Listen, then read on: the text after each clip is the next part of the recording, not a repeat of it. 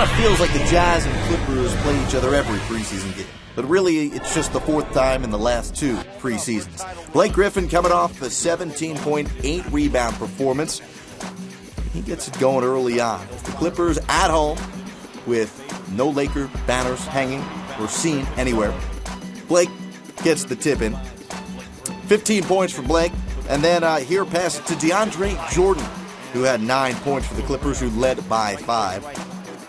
Scary moment here. Never want to see an injury in the preseason. Chris Paul going to take the charge. Know how tough he is. Hits his head on the court.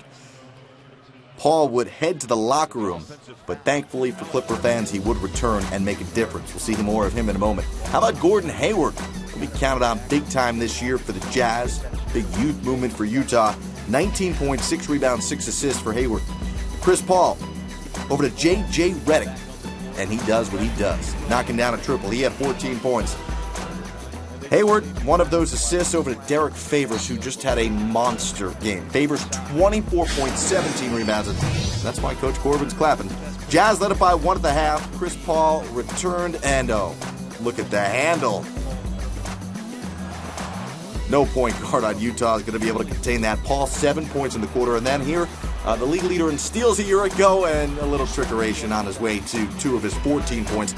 10 assists as well for CP3. Rudy Gobert, the 27th pick of the draft, just got that huge wingspan. He had 5 blocks on Wednesday. He had 2 total blocks in his entire NBA career coming in before that. And then Gobert, one of his 12 rebounds, had just 4 points here, the big-time putback. Darren Collison filling in for Chris Paul and gets it to Ryan Hollins. Clippers up by 1, and then Collison says, I've been learning behind Chris Paul. We steal, and then we dish. Collison gets it back. He had 15 points and 4 assists in 24 minutes of action. Solid backup this year for Chris Paul. Clippers win it. They wrap up the preseason Friday against Sacramento.